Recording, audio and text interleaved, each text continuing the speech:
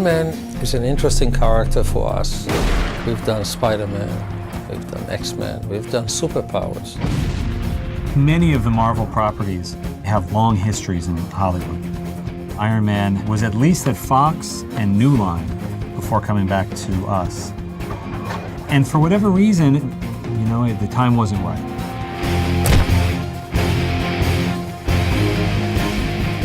It's been a different journey for Marvel since it's really their first real venture coming out as a company, fully financing and releasing Iron Man. And it's a big deal to be a part of this production. So much of the company is now invested into this potential franchise, which is really what these films are meant to be. But we need a storyteller.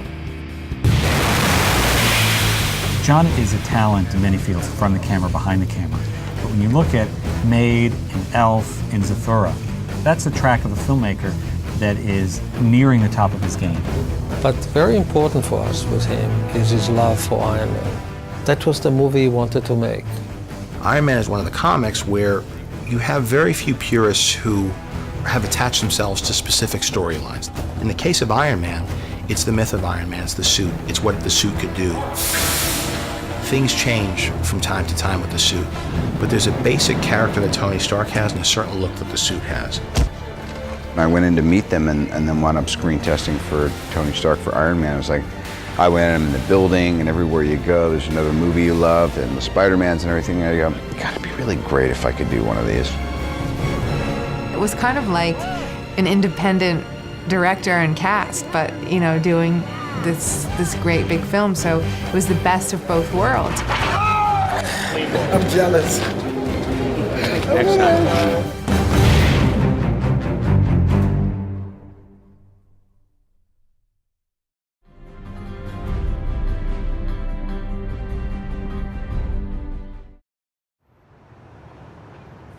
This is the part of the Marvel offices that they gave us for Iron Man pre-production.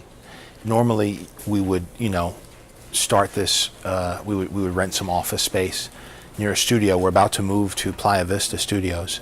So this allowed us to sort of get a running start and be close to the people who are part of Marvel Studios here. So it was nice. We had these great digs and we got to use the meeting spaces, and we're starting to outgrow this space. Here are some different, the evolution of concept art for the suit.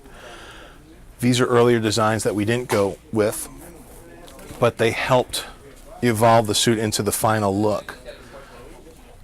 The suit evolved over decades, and it wasn't until an artist named Adi Granoff took a whack at the costume and reinvented it that you found a suit that looked more like solid armor, more like something with a military application, almost like a flying machine, and not like a suit that somebody slipped on. It was skin tight and happened to be metallic.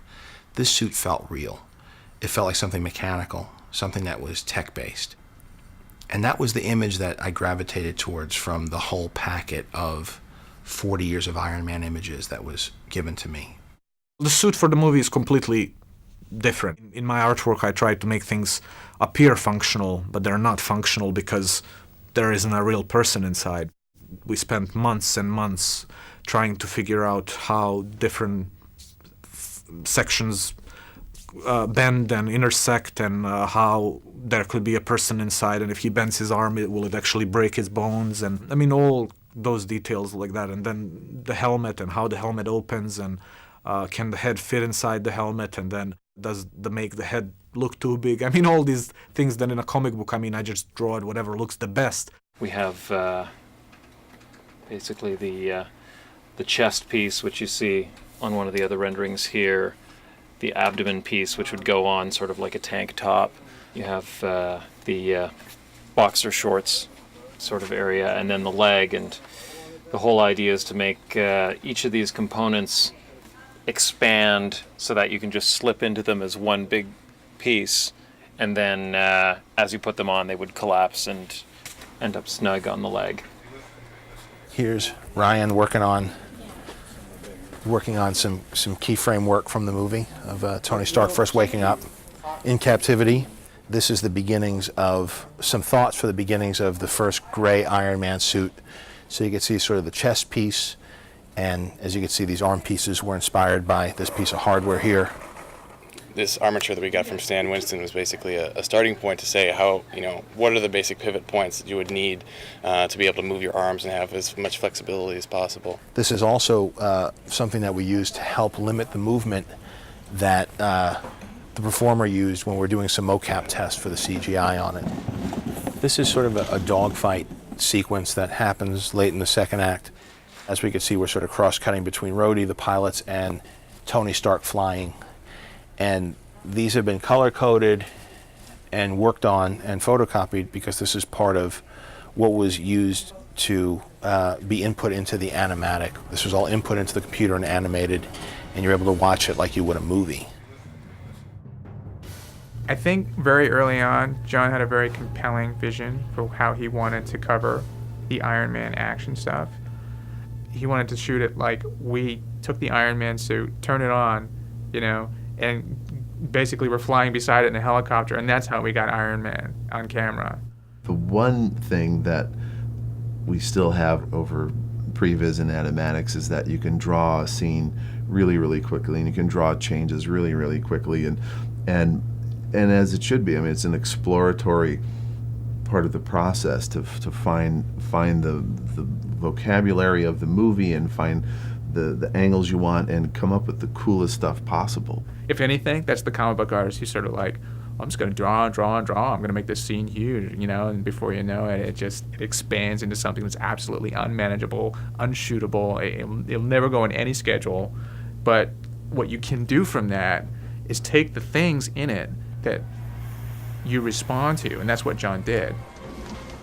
So this is what I was hoping would be my office, but they made an appeal to me that this was the biggest room, so we need a room for all the previs crew.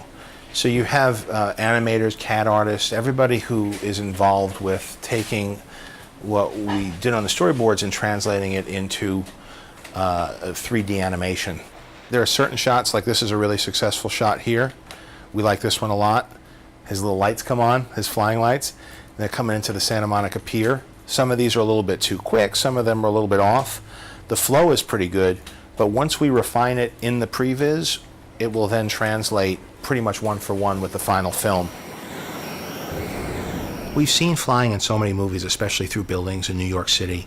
We wanted to put this one on the West Coast, where flight sort of began, where you sort of had Hughes aircraft and sort of keep the tradition of him being a Howard Hughes type character alive. I really like this one, how he's flying over all the buildings. Really feels like you're flying up into space, to the stars. That's really cool. So when we're done with this, it'll actually hopefully translate into the actual movie. And we'll be able to watch some finished film while we're working on the movie and show it to the actors and the crew for morale. That's really great. And the camera shake is pretty strong. That's really good. See, this is exciting. This gives me goosebumps. You're not even fighting a bad guy here. All you're doing is really flying through the air. As I was talking to the people doing the previs, the artists, the storyboard artists, the animatics, it was about how do you really viscerally make you feel as though you're flying? We've all dreamt about flying. How exciting is one of those dreams? It's never boring. I think just the feeling of flying for the first time in a movie like this, if you handle it right, should give you chills. Just seeing him fly, really feeling like you're flying with him, if you cover it the right way, shoot it the right way, and present it to the audience in the right way, it should be an emotional experience. And then when you fight the bad guy, even more fun. But don't blow past that stuff. What's it really like? What would it really be like to get in a suit that could fly? It would be a life-changing experience. Don't lose sight of that. You're making a movie. And movies are about emotion. They're about allowing the audience to experience something they can't in real life. But let them experience it in a real way. And that's the hope. The hope is to ground this thing in reality wherever we can, because it's so superhuman. These heroes are so larger than life that any opportunity we could find to sort of screw it down to reality, we would be hard-pressed to make a movie without taking advantage of those opportunities that you would really feel something about.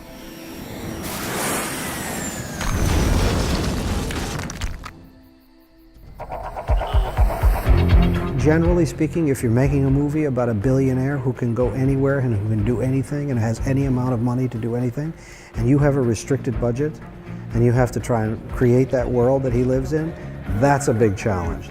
He doesn't just have the G5, he has like the 737 private plane. You know, everything is elevated with him. It's not just a house, it's an insane mansion on the bluff in Malibu on a cliff. And so there was a